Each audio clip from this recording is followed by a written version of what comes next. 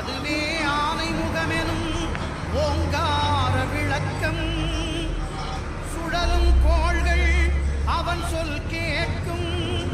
அவரை தொழுதால் போதும் நல்லதே நடக்கும்.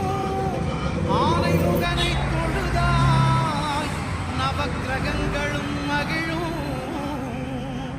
நல்லதே நடக்கும், நல்லதே